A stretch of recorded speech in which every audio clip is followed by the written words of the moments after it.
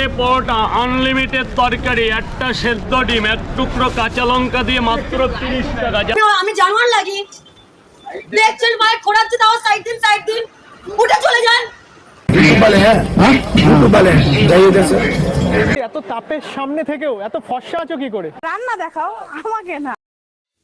আজকালকার দিনে দাঁড়িয়ে ফুড ব্লগাররা দোকানদারদের ব্যবসা বন্ধ করে দিচ্ছে। শুনে নিশ্চয়ই অবাক হচ্ছেন। আপনার মনে হতে পারে ফুড ব্লগাররা তো দোকানে ভিডিও বানিয়ে দোকানকে ভাইরাল করে দেয়, তাহলে কিভাবে দোকানকে বন্ধ করে দিচ্ছে? কি হবে তোরে দাদা? আরে যাও না, আমাকে আমার মতো বেচতে যাও না দাদা, তোমরা তো খাবে না, যাও না। যা এখান থেকে, বেরো বেরো এখান থেকে, তুই বেরো। নন্দিনীর সাথে তোমাদের কম্পেয়ার করছে, সেই বিষয়ে তুমি কি বলতে চাও? আমি ওই বিষয়ে কোনো কিছুই বলতে চাই না।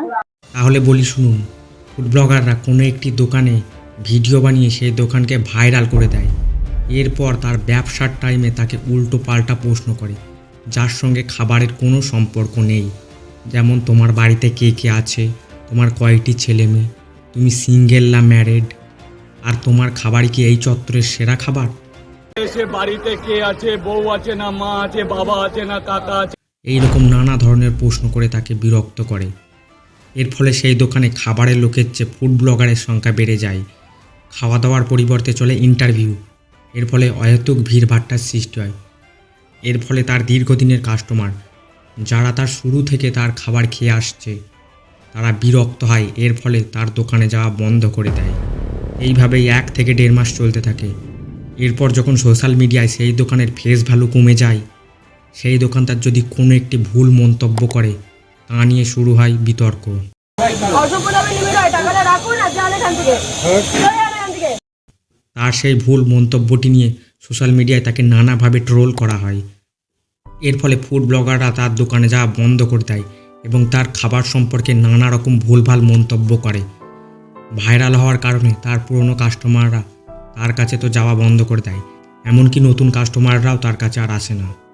এরপর ধীরে ধীরে সেই দোকানের বিক্রি বাট্টা কমতেই থাকে, এমনকি এক পর্যায়ে সে দোকান বন্ধ পর্যন্ত হয়ে যায়।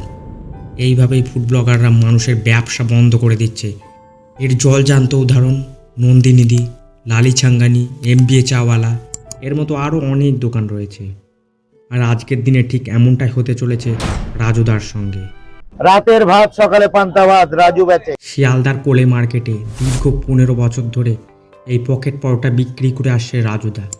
সেই চত্বরে রাজুদা ছাড়াও আরও অনেকেই এই তেল ছাড়া পকেট পরোটা বিক্রি করছে।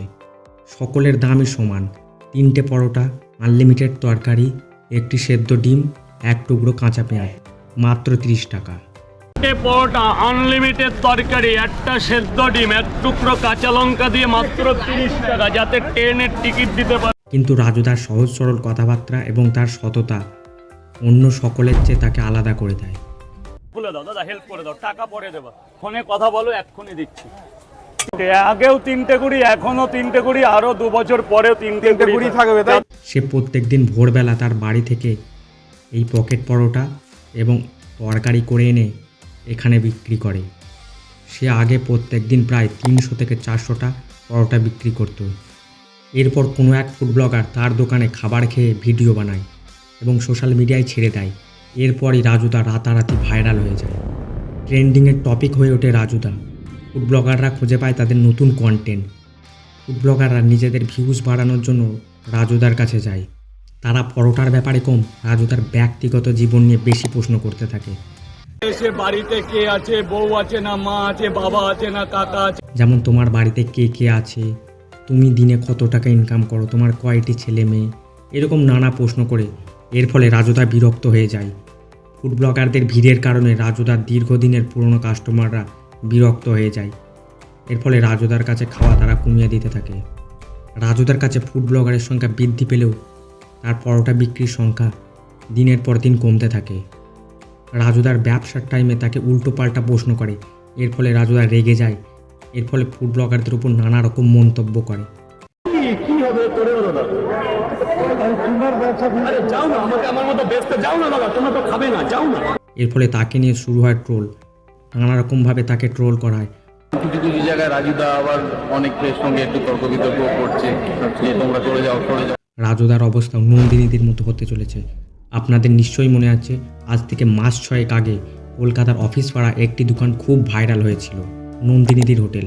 যা এখান থেকে, বেরো, বেরো এখান থেকে, তুই বেরোবি। কিন্তু আজকের দিনে দাঁড়িয়ে নন্দিনীদির হোটেলে কোনো কাস্টমার যায় না, পুরোপুরি ফাঁকা থাকে। এমনকি ফুড ব্লগাররাও তার দোকানে আর ভিডিও বানায় না, কারণ তার ফেস ভ্যালু কমে গেছে। যে সময় নন্দিনীদি ভাইরালের ট্রেন্ডিং টপিক ছিল, সেই সময় তার দোকানে অজস্র ফুড ব্লগাররা গিয়ে ভিডিও বানাতো। এর ফলে নন্দিনীদি খুব তাড়াতাড়ি ভাইরাল হয়ে যায় এবং সে কাস্টমারের খাওয়া দাওয়ার পরিবর্তে সে বেশি ইন্টারভিউ দিত, এমনকি কাস্টমারের সঙ্গে খুব খারাপ ব্যবহার করতো।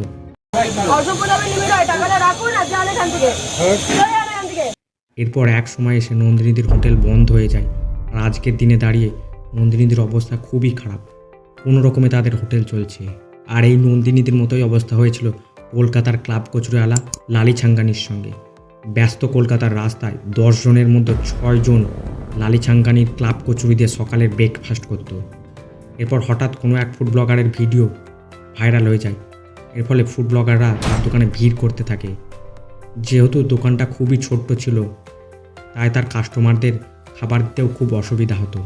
তার তরকারি দেওয়ার স্টাইল এবং কথাবার্তা ফুড ব্লগারদের ট্রেন্ডিং টপিক হয়ে ওঠে।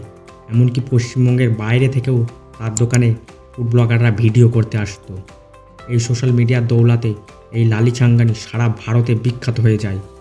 আগে থেকেই লালি ছাঙ্গানি একটু রাগী মানুষ ছিল, এটি ঠিকই, কিন্তু তার ব্যবসার টাইমে তাকে উল্টোপাল্টা প্রশ্ন করে তাকে আরও রাগিয়ে দেয়। এর ফলে সে যে উল্টোপাল্টা মন্তব্য করে সেইগুলি ভিডিও বানিয়ে ফুড ব্লগাররা আরও বেশি ভিউজ পেতে থাকে।